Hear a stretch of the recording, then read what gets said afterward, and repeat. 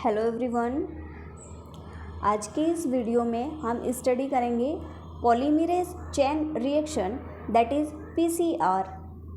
We are going to deal with PCR with detailed information along with amplification procedure. PCR. Let's see what the PCR is. PCR or polymerase chain reaction is a revolutionary method developed by Kary Mullis in the 1980s. 1980s में PCR का development जो है वो carry मुलिस के द्वारा किया गया. Sometimes it is also called as molecular photocopying.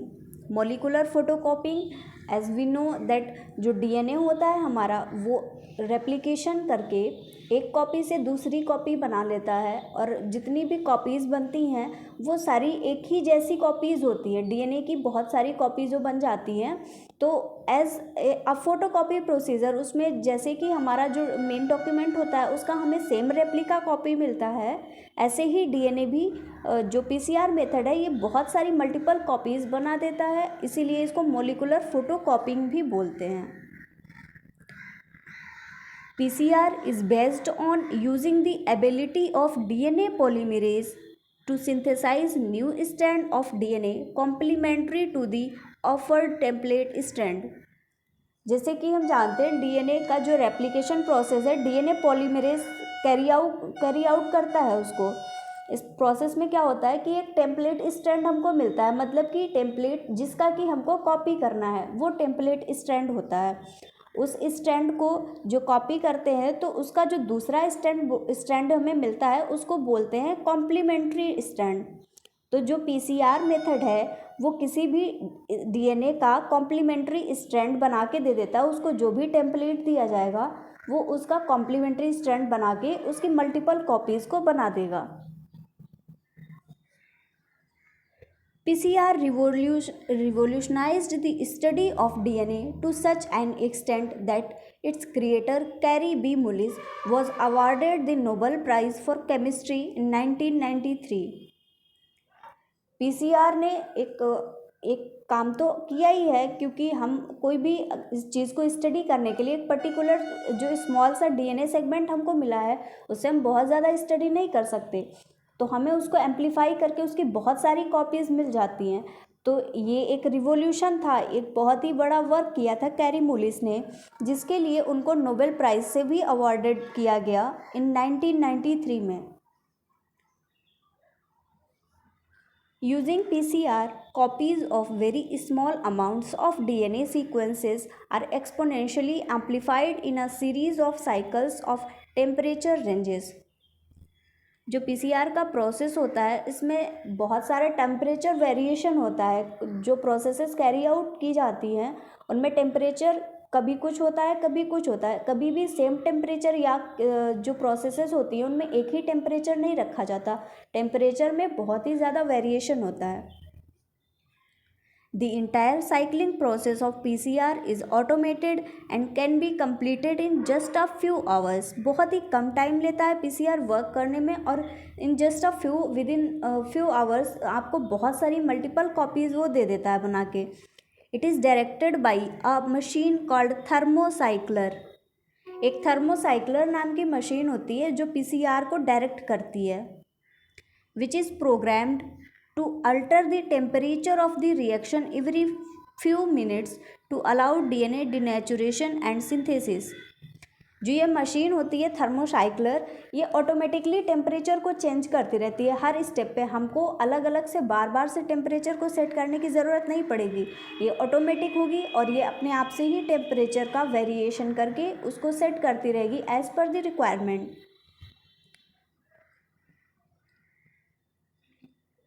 Once amplified, the DNA produced by the PCR can be used in many different laboratory procedures.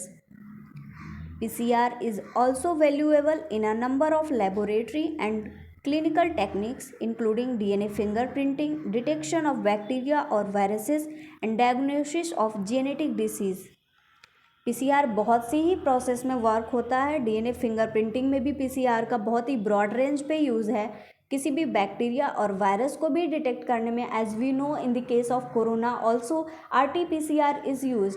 RT-PCR भी एक फॉर्म है PCR का, जो कि वायरस का डिटेक्शन या बैक्टीरिया का डिटेक्शन बहुत ही इजीली कर सकता है। इसीलिए जो करंट सिनेरियो है उसमें भी कोरोना की टेस्टिंग के लिए भी हम PCR का ही यूज़ कर रहे हैं। And the diagnosis of genetic disorders, जो जेनेटिक डिसऑर्डर्स हैं उनको भी डायग्नोज कर सकता है PCR। एक यहाँ पर आपको पिक्चर दिखाई गई है, आप देख सकते हैं इसमें कि दो स्ट्रैंड्स हैं, एक स्ट्रैंड ये है और एक स्ट्रैंड ये है। यहाँ पे DNA पॉलीमरेज आके वर्क करता है और एक सिंगल स्ट्रैंड को यहाँ पर डबल स्ट्रैंड में कंप्लीट करके दे देता है आपको सेम कॉपी, उसकी रेप्लिका कॉपी, या कह सकते हैं कि जैसे फोटोकॉपी का प्रोसीजर होता है वैसे ही करके ये आपको दे देता है। Whether from humans, bacteria or viruses cannot copy a chain of DNA without a short sequence of nucleotides to prime the process or get it started। जैसे कि हमारी प्रोसेस होती है DNA रेप्लिकेशन की, वो हम जानते हैं कि बिना प्राइमर के सिंथेसिस उसकी स्टार्ट नहीं हो सकती। DNA खुद से उस प्रोसेस को स्टार्ट नहीं कर सकता। उसको इनिशिएशन के लिए, या कह सकते हैं कि DNA की जो रेप्लिकेशन स्टार्ट होती है उसके लिए एक प्राइमर की रिक्वायरमेंट होती है जो कि उसको सिंथेसिस को स्टार्ट कर सके। So the cell has another enzyme called primase. एक प्राइमेज नाम का एंजाइम होता है that actually makes the first few nucleotides of the copy. This stretch of DNA is called a primer. एक प्राइमेज एंजाइम होता है जो कि प्राइमर को बनाता है।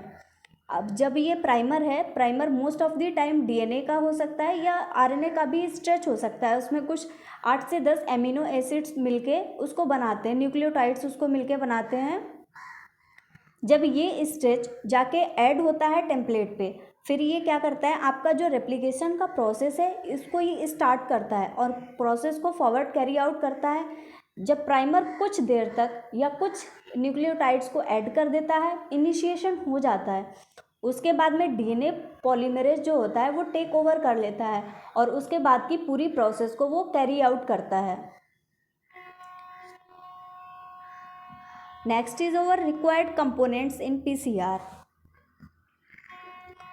A PCR vial contains all the necessary components for DNA duplication, that is a piece of DNA, large quantities of the 4 nucleotides जिनको कि हम DNTPs बोलते हैं, large quantities of the primer sequences भी चाहिए होते हैं, एंड फाइनल DNA polymerase जो कि बहुत ही इम्पॉर्टेंट होता है प्रोसेस को कैरी आउट करने में। The process requires DNA primers that are designed specifically for the DNA regions of interest। जो हमारी प्राइमर की रिक्वायरमेंट होती है वो सिंथेसिस, वो सबसे इम्पॉर्टेंट स्टेप होता है। जो DNA का पॉलीमरेज होता है वो प्राइमर जब इनिशिएशन कर देता है उसके बाद ही आगे की प्रोसेस को कैरी कर सकता है। इसीलिए जो मोस्ट इम्पॉर्टेंट स्टेप होता है वो होता है DNA प्राइमर की synthesis. DNA polymerase used in the process will be Taq DNA polymerase। अभी तक हमने कई बार डिस्कस किया कि हमको DNA पॉलीमरेज की रिक्वायरमेंट होती है।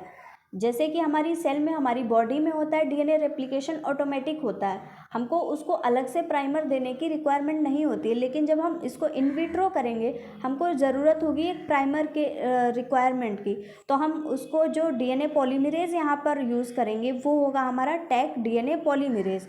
टैक DNA पॉलीमरेज एक ऐसा एंजाइम है जो कि थर्मस एक्वाटिकस नाम के बैक्टीरिया से आइसोलेट किया गया था।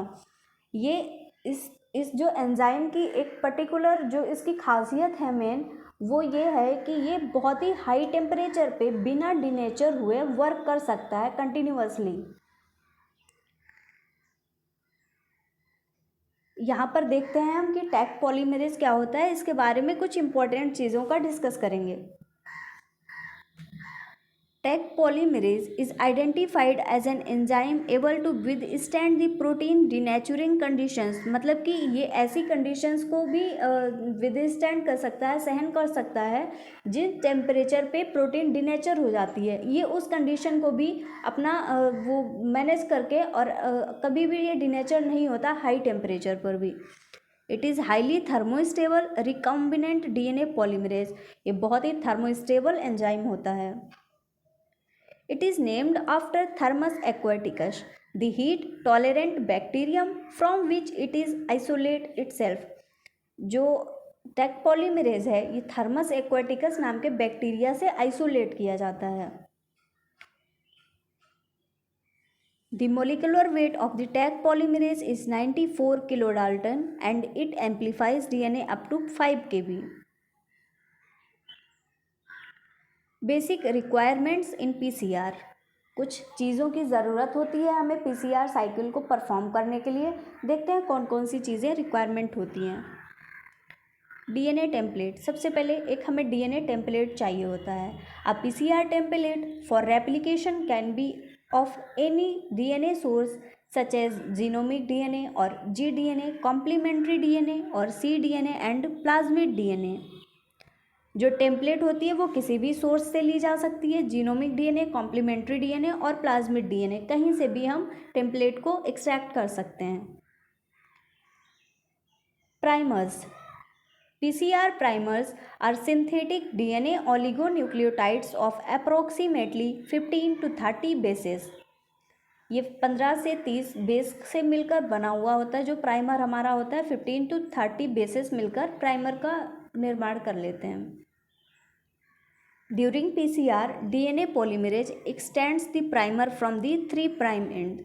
ये बहुत इंपॉर्टेंट है याद रखना कि जो प्राइमर होता है वो सिंथेसिस कहाँ से स्टैंड करता है, कहाँ पे प्राइमर को एनील किया जाता है, तो वो लोकेशन होता है 3' एंड और 3' से ही सिंथेसिस स्टार्ट करता है। प्राइमर मतलब जो डीएनए पॉलीमरेज है वो जो प्राइमर होगा उसको 3' एंड से एक्सटेंड करेगा। DNA polymerase, DNA polymerases are critical player in replicating the target DNA. Taq DNA polymerase has a relatively high thermostability. Next is our buffer.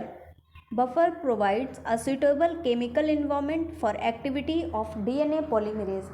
As we know that buffers जो होते हैं they can withstand the slight change in acid और basic, मतलब कि जो acid base का थोड़ा सा चेंज होता है इससे बफर इनअफेक्टिव रहता है, मतलब कि उस पर अफेक्ट नहीं करता है ये जो स्लाइट चेंज होता है। इसलिए कोई भी रिएक्शन अगर होती है अगर बफर होता है वहाँ पर तो वो उस चेंज को थोड़ा सा वो उसको फर्क नहीं पड़ता है। Magnesium, Magnesium ion functions as a cofactor for activity of DNA polymerase by enabling incorporation of DNTPs during polymerization and catalyze phosphodiester bond formation। Magnesium कई तरह से फंक्शन करता है, एज अ कोफैक्टर भी वर्क करता है डीएनए पॉलीमरेज के लिए। और ये क्या करता है, जो डीएनटीपीज होती हैं, जो डीएनटीपीज ऐड होते हुए जाते हैं जो हमारा प्रोसेस होता है रेप्लिकेशन का उसमें, तो डीएनटीपीज को ऐड करने में हेल्प करता है और फॉस्फोडाइस्टर बॉन्ड के फॉर्मेशन में भी मैग्नीशियम से काफ़ी मदद मिलती है। Next is our nucleotides. DNTPs consist of 4 basic nucleotides that are dATP, dCTP, dGDP and dTTP. These are building blocks of new DNA strands। जो नया DNA स्ट्रैंड बनता है इन्हीं न्यूक्लियोटाइड्स के एक एक करके जुड़ने से ही बनता है। अब देखते हैं हमारा फाइनल जो PCR हम प्रोसेस करते हैं उसमें क्या क्या स्टेप होते हैं और प्रोसेस कैसे कैरी की जाती है। First step is denaturation. Denaturation का टेम्परेचर रेंज होता है 94 to 96 degree centigrade. In a denaturation 2 single stranded DNA forms from the double stranded 1। Denaturation की प्रोसेस में जो DNA होता है हमारा इतना हाई टेम्परेचर जब मिलता है उसको तो वो डिनेचर हो जाता है। हमारा double stranded DNA single strand में ब्रेक हो जाता है, जो सिंगल 2 स्ट्रैंड मिलते हैं उस प्रोसेस को हम बोलते हैं denaturation. At 94 degree centigrade temperature the double stranded DNA opens up by breaking hydrogen bonds. यहाँ पे जो डबल स्ट्रैंडेड DNA होता है उसमें हाइड्रोजन बॉन्ड्स ब्रेक होते हैं और 2 स्ट्रैंड्स अलग हो जाते हैं। एक बहुत ही इम्पॉर्टेंट बात यहाँ पर ध्यान रखने वाली है कि कभी भी फॉस्फोडाइस्टर बॉन्ड्स ब्रेक नहीं होते। हमेशा जब डिनेचुरेशन का प्रोसेस होगा उसमें जो हाइड्रोजन बॉन्ड्स होते हैं वही ब्रेक होते हैं और स्ट्रैंड्स का सेपरेशन करते हैं। The process of denaturation is followed by the initial denaturation for 5 to 7 minutes at the same temperature. Next step is our annealing. Annealing का temperature range 55 to 65 degree centigrade होता है. After the denaturation, primer anneals to single stranded DNA at its exact annealing temperature. जो annealing temperature होता है एक particular temperature, एक optimum temperature चाहिए होता है किसी को भी अपने वर्क के लिए। तो जो प्राइमर है वहाँ पे उसको 55 टू 65 डिग्री सेंटीग्रेड का टेम्परेचर ऑप्टिमम होता है और वो इस टेम्परेचर पे जाके सिंगल स्ट्रैंड से बाइंड कर जाता है। जो प्राइमर के टेम्पलेट से बाइंड होने की प्रोसेस होती है उसी प्रोसेस को हम एनीलिंग कहते हैं। Based on the GC content of primer, every primer has its own annealing temperature. हम जैसे कि जानते हैं जो GC कंटेंट होता है, GC मतलब guanine and cytosine. Guanine and cytosine triple bond से ज्वाइंट होते हैं एक दूसरे से, तो इनका जो बॉन्ड एनर्जी होता है, जो इनको ब्रेक करने के लिए एनर्जी की रिक्वायरमेंट होती है वो बहुत ज़्यादा होती है। तो इसका जो टेम्परेचर होता है उसको हमें ज़्यादा टेम्परेचर चाहिए होता है ब्रेक करने के लिए। तो जो हमारा प्राइमर होता है हम देखते हैं उसमें जीसी कंटेंट ज़्यादा है या एटी ज़्यादा है, मतलब कि एडेनिन और थाइमिन ज़्यादा होगा उस पर या ग्वानिन एंड साइटोसिन ज़्यादा है। अगर ग्वानिन एंड साइटोसिन ज़्यादा है तो उसका टेम्परेचर वो बहुत बढ़ा देता है, जो मेल्टिंग टेम्परेचर है जीसी कंटेंट की वजह से बहुत बढ़ जाता है। तो इसी बेस पे कि उसमें कौन सा न्यूक्लियोटाइड प्रेजेंट है, इसी बेस पे जो प्राइमर होता है हर प्राइमर का अलग अलग टेम्परेचर होता है, इसका पर्टिकुलर ओन एनीलिंग टेम्परेचर होता है। The annealing temperature is usually ranging from 55 to 65 degree centigrade. जो इसका टेम्परेचर का रेंज होता है वो 55 to 65 होगा। And annealing temperature lower than that leads to non specific binding while higher temperature leads to amplification failure. एक optimum temperature की requirement होती है जो रेंज दी हुई है, अगर यहाँ पर जो टेम्परेचर है इस रेंज से कम होगा तो नॉन स्पेसिफिक बाइंड होगा, मतलब कि वो कहीं का कहीं पर भी बाइंड कर सकता है। And higher temperature leads to amplification failure. अगर हम टेम्परेचर को बढ़ा देते हैं तो दैट में cause the failure of amplification, कि हमारा जो प्रोसेस है उसमें एम्प्लीफिकेशन ही नहीं होगा। Next process is our extension. Extension is also known as elongation. We will going to see the process of extension. After the binding of the primer, it is time to expand the DNA strand. अब जब हमारा primer anneal हो गया है तो अब हम आगे देखते हैं कि उसको कैसे प्रोसीड किया जाएगा, कैसे हमारा जो DNA स्ट्रैंड है उसको एक्सपेंड करेंगे। Here the extension step, the Taq DNA polymerase comes in action and adds DNTPs to the DNA strand. The temperature for the extension is 75 for 45 seconds. ये बहुत ज़्यादा टाइम के लिए प्रोसेस नहीं होती है, एक्सटेंशन सिर्फ 45 सेकेंड्स ही लेता है। After completing all steps one more time, the final extension is performed for 7 minutes. जो फाइनल एक्सटेंशन होता है उसको अप्रॉक्सीमेटली 7 मिनट्स तक दोबारा से किया जाता है। Here is graphical representation of each PCR step. एक बहुत ही सुंदर सा ग्राफ यहाँ पे दिखाया गया है आपको। आप इजीली अंडरस्टैंड कर सकते हैं कि कैसे कौन सी प्रोसेस कैरी होती है और कितना टेम्परेचर उसको चाहिए होता है। जो इनिशियल डिनेचुरेशन होगा आप देख सकते हैं 94 degree centigrade and approximately 2 minutes चाहिए होता है इसको। जो हमारा मेन डिनेचुरेशन है हमने इसको देखा कि 94 डिग्री सेंटीग्रेड तक अप्रॉक्सीमेटली 45 और वी कैन से 45 सेकेंड ही लगते हैं इसको डिनेचुरेशन के लिए। जो हमारा एनीलिंग है उसको कम टेम्परेचर चाहिए होता है। आप देख रहे हैं ये जो ग्राफ है हमारा नीचे की तरफ आ रहा है, इसको टेम्परेचर बहुत ही कम चाहिए होता है, that is 55 to 65 degree centigrade. Extension के लिए फिर से हमारा टेम्परेचर बढ़ता है तो उस हिसाब से हमारा ग्राफ भी बढ़ रहा है। देखिए आप ऊपर की तरफ ग्राफ जा रहा है, मतलब कि इंक्रीज दिखा रहा है टेम्परेचर में। और इसके लिए दोबारा से टेम्परेचर को 55 से 72 तक ले जाया जाता है।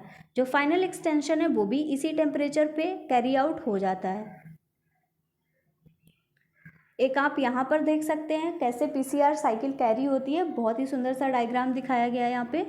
95 पे डिनेचुरेशन है, फिर प्राइमर एनीलिंग है, एक्सटेंशन है and new double standard DNA template. मतलब कि जो हमारा डीएनए बन गया है वो फिर से टेम्पलेट की तरह वर्क करेगा, फिर से उसको कॉपी किया जाएगा और फिर जो नया बनेगा स्टैंड फिर उसको टेम्पलेट की तरह, ऐसे ही हमारा प्रोसेस कैरी आउट होता रहेगा और बहुत सारी कॉपीज़ जो हैं डीएनए की वो बन के यहाँ पे तैयार हो जाएंगी।